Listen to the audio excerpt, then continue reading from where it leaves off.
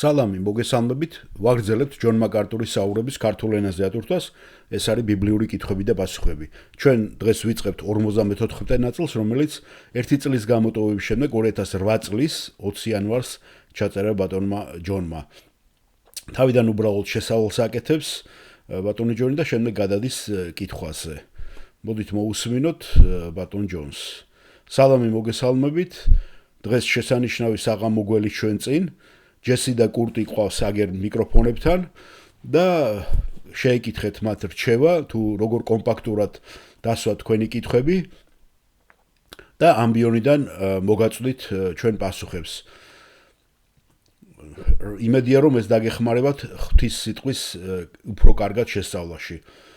და ეს არ შემოიფარგლება მხოლოდ ბიბლიის ინტერპრეტაციით, თუ როგორ განმარტო კონკრეტული მუხლი აქა-იქ. მე თან მაქვს მაკარტურის სასწავლო ბიბლია, ამიტომ ყველა პასუხი აქ მაქვს. მაგალითად, თუ ვიღაცა მეტყვის ხომ იონეს სახარების მე-17 თავში აქ რა წერიაო და რას ნიშნავს ესო. მე ვეტყვი, უბრალოდ შეიძლება ვერ გაგცე პასუხი და წავალ სახლში და ჩემს ანაწერებს წავიკითხავ მეთქი სასწავლო ბიბლიაში. და აუცილებლად დღეს საღამოს მოგაწვდი მეთქი.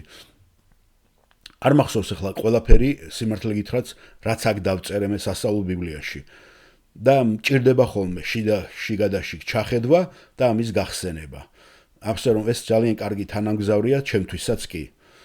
ამ შუა დღეზე უბრალოდ მინდა გაგიზიაროთ, სანამდე კითხვა-პასუხების დასასრულად აქ მოვიდოდი, მთელი შუა დღე გავატარე ბიბლიური კომენტარების გადახედვაში, რომელიც მე დავწერე ბევრი წლების უკან. ეს არის იონეს სახარების მეორე ტომი. და გახსოვთ ხომ, რამდენიმე თვის წინ ეს მე ერთად შევკარი და დავასრულე. და მისი დაწერა ძალიან მტკივნეული პროცესი იყო, ძალიან დიდი დრო მოითხოვა ამან, მე წლები მოვანდომე, ეს არის ზუსტად ორიგინალი ქადაგებებიდან ამოწერილი და შეკრული მასალა. ეს არის ძალიან დიდი მასალა და ყოველთვის მეც მაინტერესებდა თუ რა იყო ის რაც წლების წინ მე ვიქადაგე და სიმართლე გითხრათ გამიკვირდა როცა ამას ვკითხულობდი რატომ მომწეს მეთქი აქადაგების გაგრძელების უფლება ისე შემეშინა მეც გარკვეულწილად მახსოვს რომ ბევრი დამატებითი სამუშაოც მომიწია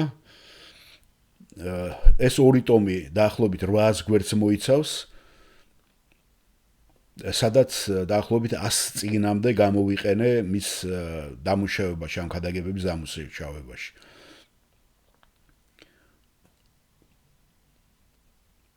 ეს იყო ზუსტად ნაქადაგები ჩემს 96 გზავნილში, მრავალი წლის წინ. ეს ჩემთვის ძალიან გარკვეულად კათარზისია, ღრმა კათარზისია და უბრალოდ მე ვცდილობ ხოლმე რომ ყველაფერი ეს ჩემში რაც არის გადმოღვარო და წინში გადმოვიტანო. მერე კი როცა დამჭირდება მოვიძიო, განმავითარო, დავწერო, გადავაკეთო, შევასწორო, დავამატო, წავშალო და გავამდიდრო. როდესაც უკვე ამას წიგნად ვკრავ და წიგნით მინდა ხოლმე გამოცემა. და ეს არის უნდა ვთქვა ძალიან დიდი უზარმაზარი პრივილეგია. მიუხედავად იმისა, რომ მე არ გიქადაგებთ დღეს უბრალოდ მე მინდა იცოდეთ რომ მთლიანად გაჟღენთილი ვარ ამ იონეს სახარების ჭეშმარიტებებით და კიდევ ერთხელ მინდა დავასტურო რომ ეს არის საოცარი ეპისტოლე.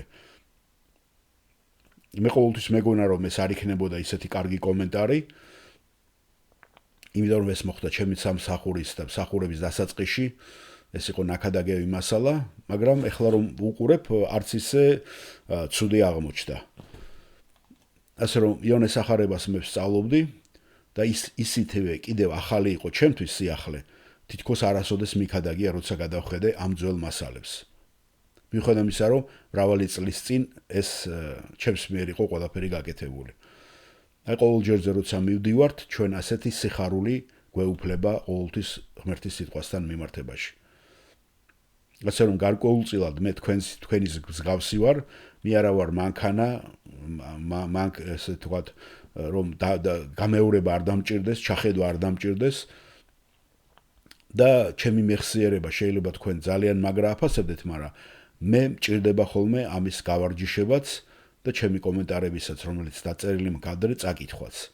ასე რომ აგერ გვერდზე მინდევს ახლა ეს სასწავლო ბიბლია და აბა ვნახოთ, დამჭირდება თუ არა მასში ჩახედვა.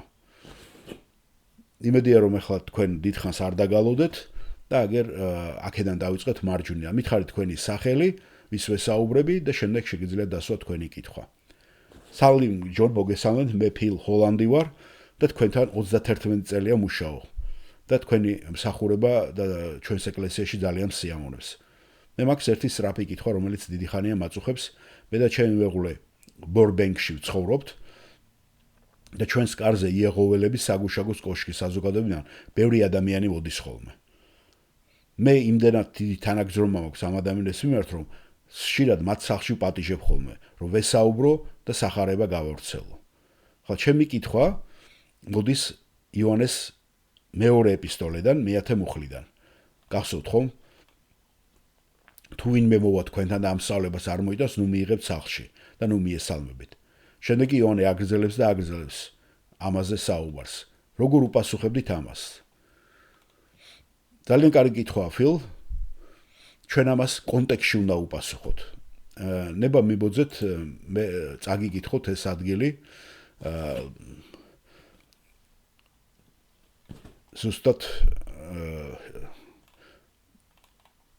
იონეს სახარებიდან თუ რაზე საუბრობს და შემდეგ ლუკას სახარებას გაიხსენებს ჯონ მაკარტური ასევე. ესე იგი, უხუცესი რჩეულ ქალბატონს და მის შვილებს, რომლებიც მიყვარს ჭეშმარიტებაში და არა მარტო მე, არამედ ყველას, ვისაც ჭეშმარიტება შეუცვლია. ჭეშმარიტებისათვის ჩვენში რომ მკვიდრობს და უკურისამდე ჩვენში იქნება. მადლი, წყალობა და მშვიდობა იყოს ჩვენთან, მამა ღმერთისაგან და მისი ძის, უფალი იესო ქრისტესაგან, ჭეშმარიტებასა და სიყვარულში. დიდად გავიხარე შენ შვილებს შორის ჭეშმარიტებაში მავალი რო პოვე, როგორც მამისაგან მივიღეთ მცნებად. ახლა კი გთხოვ, ქალბატონო, ისე არა თითქოს ახალ მცნებას გწერდე, არამედ იმას, რაც დასაბამინა გვაქვს, რომ გვიყვარდეს ერთმანეთი. სიყვარული კი ის არის, რომ მისი მცნებების მიხედვით დადიოდეთ.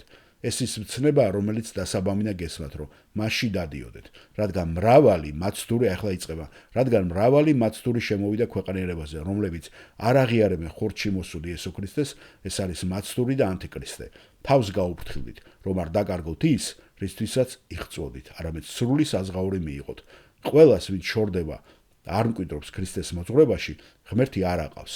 ქრისტეს მოძღვრებაში მყოფს, მამაც აყავს და ძეც. ეხლა არის მეათე მუხლი. თუ ვინმე მოდის თქვენთან და არ მოაქვს ეს მოძღვრება, სახლში ნუ მიიღებთ, ნურც მიესალმებით მას, რადგან ვინც მას მიესალმება, მის ბოროტ საქმეთა მოზიარეა. ბევრი რამ მაქვს თქვენთვის მოსაწერი, მაგრამ ქაღალდითა და მილით არ ვისურვე, რადგან ვიმედოვნებ თქვენთან მოსვლას და პირისპირ ლაპარაკს, რათა სრული იყოს ჩემი სიხარული. მოგიკითხავენ შენი რჩეული დისწულები, ამინ. აი ეს არის ის ადგილი, რომელსაც ფილი კითხულობს. და ჯონ მაკარტური ამბობს, რომ ეს კონტექსტი უნდა გავიგოთ. ეხლა რა ხდებოდა ახალი აქტმის ამ პერიოდში? ჩვენ უნდა კარგად ვიცოდეთ ისტორიული ფონი. შემდეგ და მერეც იყვნენ ასეთი ეგრეთ წოდებული მოხეტიალე მასწავლებლები. ძირითადად ხალხი მოგზაურობდა, ასწავლიდა და ქადაგებდა. ისინი დამოკიდებული იყვნენ იმ ქალაქებსა და სოფლებში მცხოვრი ადამიანის მზრუნველობასა და მიღებაზე, სადაც ისინი მიდიოდნენ, რათა მიეღოთ ისინი თავიანთ სახლებში. მიეწოდებინათ საცხოვრებელი და საკვები. ეს არის აქ არსებული კონტექსტი. ამიტომ დღეს ეს იმას კი ანიშნავს, რომ ჩვენ არ უნდა გაუღოთ კარი ვინმეს და არ ვესაუბროთ სახარების ჭეშმარიტებაზე. თუნდაც ისინი მოდიოდნენ თავიანთი რაღაცა არასწორი დოქტრინით. სინამდვილეში იუდას წერილი გვეუბნება, რომ ჩვენ უნდა გამოვიყვანოთ ადამიანი და გამოვტაცოთ ცეცხლს. ისე რომ საკუთარი ტანსაცმელი არ დაგვეწვეს. ან კიდევ ჩვენი ტანსაცმელი არ დავიმძუროთ, ისე უნდა ქონდეს ადამიანებთან ურთიერთობა. ასე რომ გახსოვდეთ, ალბათ ამის საუკეთესო ილუსტრაცია, რა თქმა უნდა, არის დადებითი მხრიდან. როდესაც იესო ახალ ათმაში 70 თავის მოწაფეს გაგზავნის საქადაგებლად. გახსოვთ ხო? ლუკას სახარება მეათე. ამის შემდეგ სხვა 70 ამოარჩია უფალმა და ორ-ორი მიავლინა წინასწარ. ყველა იმ ქალაქსა და სოფელში, სადაც მისვლას აპირებდა. უთხრა მათ, სამკალი ბევრია, მუშაკი ცოტა. ამიტომ ევედრეთ სამკალის უფალს, რომ გამოგზავნოს მუშაკნი თავის სამკალში. წადით, აჰა მე გაგზავნით თქვენ, როგორც კრავებს მგლებს შორის. არც ქისა წაიღოთ, ან არც აბგა, არც ფეხსაცმელი, არც არავინ მოგიკითხოთ გზაში. რომელ სახლში ჩეხვალ თავდაპირველად თქვით, მშვიდობა ამ სახლს. თუ იქნება იქ მშვიდობის ძე, მასზე დაივანებს თქვენი მშვიდობა. თუ არა და თქვენვე დაგიბრუნდებათ. იმავე სახლში დარჩით, ჭამეთ და სვით, რაც ექნებათ. ვინაიდან მუშა ღირსია თავის საზღაურისა. ერთი სახლიდან მეორე სახლში ნუ გადახვალთ. რომელ ქალაქშიც მიხვალ და მიგიღებენ, ჭამეთ, რასაც შემოგთავაზებენ. განკურნეთ იქ ყოფის სნეული და უთხარით, მოგიახლოვდა თქო ღმერთის სამეფო. ხოლო თუ რომელიმე ქალაქში არ მიგიღებენ, ქუჩაში გამოსვლისას თქვით, თქვენი ქალაქის მტვერს ფეხებზე რომ მოგვეკრო, ვიბერტყავთ თქვენს წინაშე. ოღონ ესეც იცოდეთ, რომ მოგიახლოვდა თქო ღმერთის სამეფო. გეუბნებით, სოდომისათვის უფრო ასატანი იქნება ის დღე, ვიდრე იმ ქალაქისათვის. და ჯონ მაკარტური აგრძელებს. ასე რომ ეს არის მოხეტიალე ქადაგებლის გარკვეული პორტრეტი, რომელიც გადაადგილდება სოფლიდან სოფელში და ეძებს თავშესაფარს და საკვებსაც. ასე ასრულებდნენ ისინი თავიანთ საქმეს, ქადაგების. ეს გარკვეულწილად დღესაც გრძელდება სოფლის ზოგიერთ ნაწილში. მაგრამ ეს არის ზუსტად ის სურათი, რომელიც აქ არის აღწერილი. თუ იუდეური ტიპის სოციალურ სამყაროში ვინმესთან ერთად თქვენ საკვებს შეჭამდით, ეს ნიშნავდა მიღებას, ანუ მოზიარეობას მათთვის. ზუსტად ასე აღიქვამდნენ ისინი ამას, რადგან სწორედ ამიტომ გმობდნენ ისრაელის ლიდერები იესოს, რომ ისინი ცოდვილებთან ერთად ჭამდა. ფარისევლები კი არავისთან არ ჭამდნენ საჭმელს. ამიტომ სახლის გახსნის, ვინმეს მიღების, მათთან ერთად ჭამის, სტუმართ მოყვარების, მათზე ზრუნვის, მათზე საჭიროების დაკმაყოფილების იდეა, რაც მათ ბიზნესს დაეხმარება, საქმიანობას, ხო წახალისებაა. ერთგვარად ჩვენ მონაწილეობას ვიღებთ, ვახალისებთ, ხელს უწყობთ ამითი. სწორედ ამაზე აქვს საუბარი. და ეს არ ეხება იმას, რასაც თქვენ ამბობთ თქვენ კონკრეტულ შემთხვევაში. რომ ადამიანებთან ჩვენ უნდა გქონდეს აუცილებლად კონტაქტი, საუბარი და მათ უნდა ჩვენ გაუზიაროთ ჭეშმარიტება და გავუწიოთ თუ ვინმე არასწორად ესმის, ჩვენ მათ გაუსწოროთ. მაგრამ ერთი პირობით. ახლა თითქმის ძალიან ფრთხილად უნდა მოვეკიდოთ ამას. თქვენ თუ ვაპირებთ იეჰოვას მოწმეებთან ურთიერთობას, ან მორმონებთან, ან მეშვიდე ადვენტისტებთან, ან სხვასთან, მუსლიმანები დადიან დღეს იცით, ძალიან ბევრი რელიგია, ბუდისტები და სხვა ასე შემდეგ, ხო? თქვენ უნდა ფრთხილად იყოთ, რათა არ გადახვიდეთ მათ პოზიციაზე, როცა ხართ თქვენ დამწყები ქრისტიანი.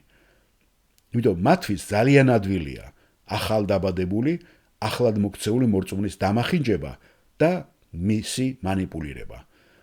რომელ დოქტრინასაც მათ დოქტრინა შეუძლია ძალიან ასე როგორც აღწერილია ბიბლიაში ხო გახსოვთ დოქტრინალური ქარებით, აქეთ-იქით შეგათამაშოთ და წარგიტაცოთ გამოუცდელი მსმენელი. ასე რომ თქვენნაირი სულიერად დასული ადამიანისათვის მე ვიტყოდით ეს არანაირად საშიში არ არის და მე არ მაქვს ახლა რა უნდა დაგაბრინოთ თქვენ და რა უნდა შეგარყიოთ, ხო? ასე რომ თქვენ შეგიძლიათ გააგრძელოთ ძალიან კარგია, რასაც აკეთებთ. მადლობა კითხვისათვის.